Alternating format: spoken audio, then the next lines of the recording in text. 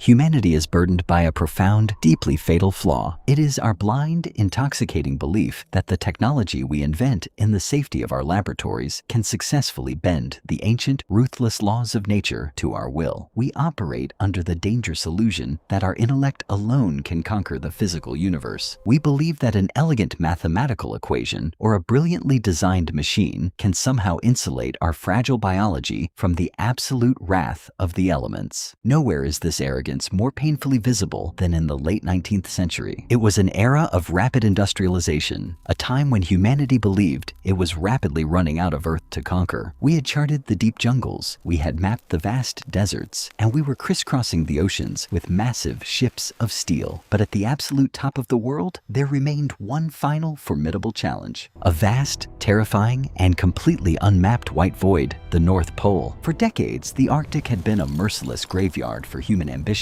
Heavy reinforced exploration ships, built with the finest iron of the age, were effortlessly crushed to splinters by the shifting, groaning sea ice. Hardened, seasoned explorers, armed with centuries of survival knowledge, were swallowed by relentless blizzards, slowly freezing to death in the pitch-black Arctic winters. The North Pole was an impenetrable fortress of ice, aggressively defending its borders against mankind. But a Swedish engineer named Salomon August Andrée looked at this frozen hellscape and formulated a completely different approach. His plan was not born of respect for the ice. It was born of pure, unadulterated, and elegant hubris. Why suffer the brutal, agonizing march across the shifting ice floes, he asked, when one could simply float above it all? Andrée proposed a plan that seemed simultaneously brilliant and entirely suicidal. He would fly over the North Pole, completely untouched by nature, in a massive hydrogen balloon. The year is 1897. The location is Danes Island, Svalbard, a remote, desolate, and frozen archipelago on the very edge of the Arctic Ocean. Here, Andrée and two young, physically strong, but tragically inexperienced companions, Niels Strindberg and Knut Frankel, prepared for their historic flight. Their vessel was not a rugged, ironclad ship built to withstand the crushing pressure of nature. It was a massive, delicate sphere of varnished silk and cotton, 3,300 cubic meters of highly volatile hydrogen gas contained within a fragile fabric membrane. They christened it Örnen, the Eagle, but this expedition was fundamentally flawed from its very inception. It was not a practical survival mission. It was an elite, nationalist spectacle. The cargo they loaded into the frail wooden wicker basket of the balloon perfectly illustrated the sheer, terrifying depth of their arrogance. Instead of prioritizing heavy Arctic survival gear, thick animal furs, or specialized tools for traversing the deadly sea ice, these three men packed as if they were attending a high society gala in the heart of Stockholm. They brought tailored tuxedos, fine silk scarves, cases of expensive vintage champagne. They packed delicate crystal glasses and highly elaborate, multi-course menus intended for celebratory banquets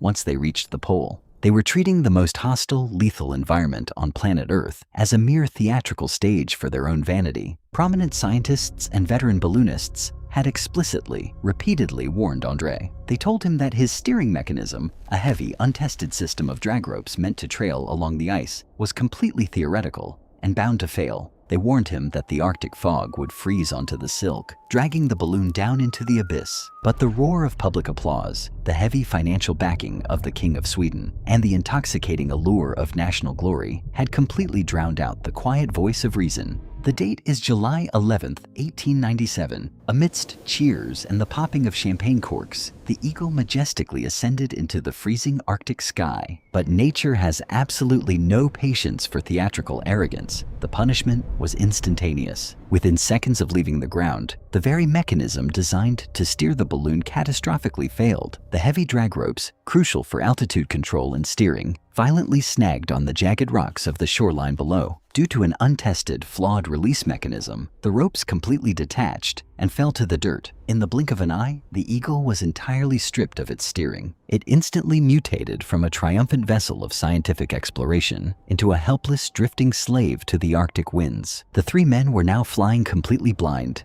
suspended in a tiny cramped wicker basket beneath a highly explosive bomb of hydrogen. Beneath them lay thousands of miles of cracked, shifting, and deadly sea ice. They were entirely at the mercy of an environment that possessed absolutely no mercy. The flight of the Eagle lasted a mere 65 agonizing hours. It was a descent into a slow, suffocating, psychological nightmare. As the balloon drifted deeper into the high Arctic, the temperature plummeted, and heavy, freezing summer fog enveloped the fragile silk envelope. They were suspended in a liminal void, oscillating wildly between the freezing clouds and the razor-sharp sea ice below. The absolute deafening silence of the Arctic sky was broken only by the terrifying creaking groan of the freezing silk above their heads. For 2.5 days, the men did not sleep. They merely watched as the damp fog wrapped around them like a wet, freezing shroud. The moisture in the air instantly froze against the balloon, coating the entire massive structure in a heavy, solid layer of ice. Stripped of its buoyancy and dragged down by the sheer accumulating weight of the frost, the Eagle began a terrifying,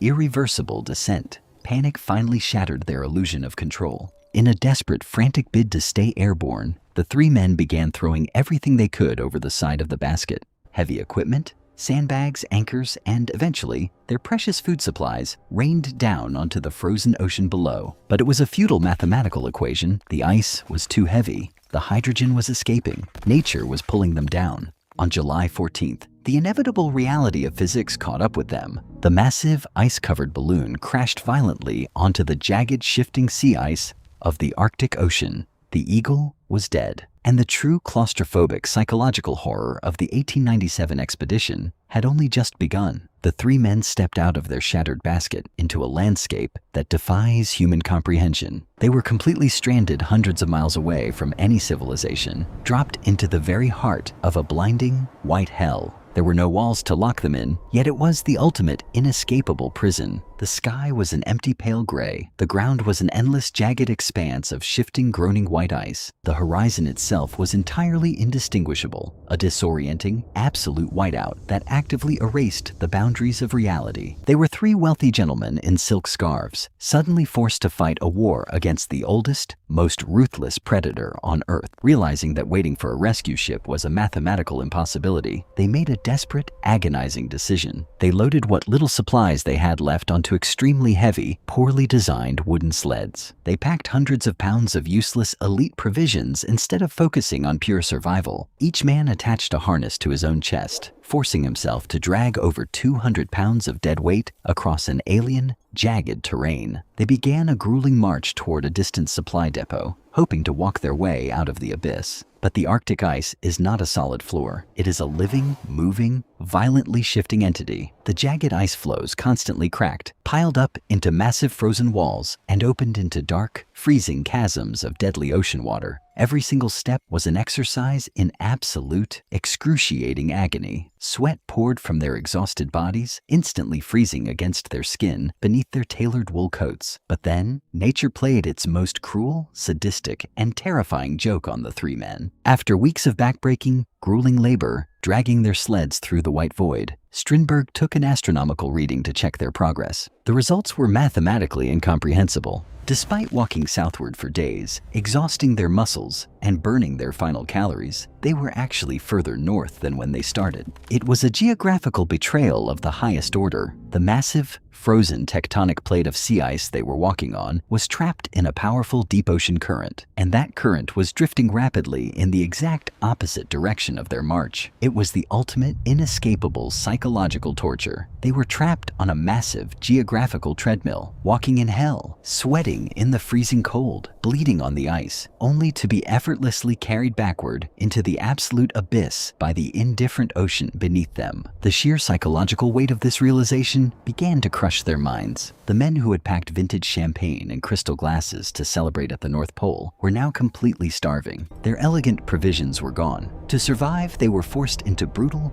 primal savagery. They hunted the apex predator of the ice. They shot and butchered polar bears. Desperate for calories, shivering in the minus 30-degree winds, they devoured the raw, bloody meat of the bears right there on the ice. The illusion of civilized supremacy had been entirely stripped away, reducing them to desperate, starving animals fighting for another hour of life. But the raw bear meat harbored a microscopic, lethal secret. It was heavily infected with trichinella parasites. As they consumed the meat to avoid starvation, they were unknowingly ingesting a slow, agonizing biological death. The microscopic parasites invaded their muscles, causing extreme fever, agonizing muscle pain, and severe physical deterioration. Their bodies, already broken by the cold and the impossible labor of the sleds, were now rotting from the inside out. For months, they battled the ice, the currents, the freezing fog, and the disease. Finally, in early October, the shifting ice floes delivered them to a desolate, frozen, and entirely inhospitable rock, Kvitøya, White Island. It was a barren, lifeless glacier rising from the freezing ocean, but it was solid ground. They dragged themselves onto the rocky shore, their bodies failing, their minds fracturing under the weight of the endless whiteout. They set up a small, fragile, miserable tent against a rocky cliff, preparing to face the absolute horror of the total darkness of the Arctic winter. But they would not see the spring. One by one, in the absolute, silent isolation of White Island, the three men succumbed. The exact cause of their ultimate demise remains a mixture of hypothermia, exhaustion, and the devastating parasitic infection. But the details do not matter to the Arctic. The ice does not keep medical records. They died silently in their freezing tent, surrounded by the useless remnants of their profound arrogance. The elegant gentlemen who sought to conquer nature without touching it were finally, permanently absorbed by it. Nature simply swallowed them whole. The heavy winter snows aggressively fell, covering their tent, their diaries, their cameras, and their bodies in a thick, perfectly preserving layer of white frost. For 33 long silent years, the fate of the Andrée expedition remained one of the greatest, most haunting mysteries of the 20th century. They vanished into the blank spaces of the map, becoming nothing more than ghostly legends whispered by sailors in the dark. They were perfectly preserved inside a frozen time capsule, entombed in the ice of White Island, until August of 1930. A Norwegian seal hunting vessel happened to navigate the usually impenetrable waters around Kvitøya due to an unusually warm summer. The crew went ashore to hunt, but instead of seals, they stumbled upon a chilling, macabre monument to human hubris. Protruding from the melting ice and snow was the unmistakable shape of a small wooden boat and the remnants of a canvas tent. As they carefully dug through the ice, the 33-year-old tragedy revealed itself. They found the frozen, perfectly preserved remains of Andrée, Strindberg, and Frankel. But more importantly, they found the tools of their arrogance. Embedded deep in the permafrost, they discovered Strindberg's diaries, detailing the horrific realization of the moving ice and their slow descent into despair. And resting silently in the ice, waiting to speak from beyond the grave, were several large wooden bellows cameras. Inside those frozen wooden boxes lay latent images, trapped in chemical emulsion for over 3 decades. The copper and wood cameras contained rolls of undeveloped film, perfectly preserved by the freezing temperatures of the Arctic. When those films were carefully brought back to civilization and chemically developed in a darkroom, it was a literal resurrection of the past. The silent black and white photographs emerged from the developing fluid like ghosts returning to the world of the living to deliver a final chilling message. They showed the massive deflated balloon lying defeated on the endless sea ice. They showed the blurry, exhausted figures of the men pushing the heavy wooden sleds into an absolute white void. They were photographs of dead men, taken by dead men, capturing the exact moments of their own agonizing doom. The world looked at these haunting images and saw the ultimate, devastating cost of treating nature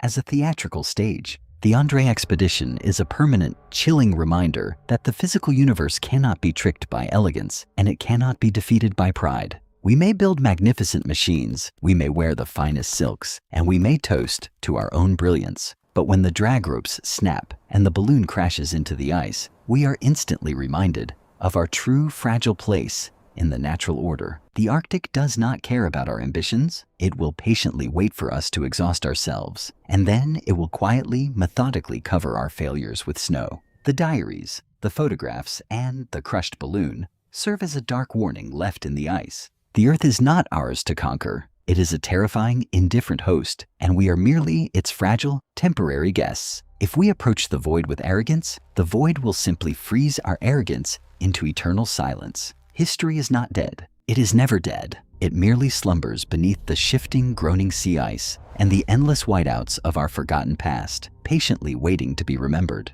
We will meet again in the next era, when humanity once more forgets the terrifying silent warnings written in snow and torn silk. You're watching past Resurrected. Until the next era, silence. Faint sound of cold wind blowing.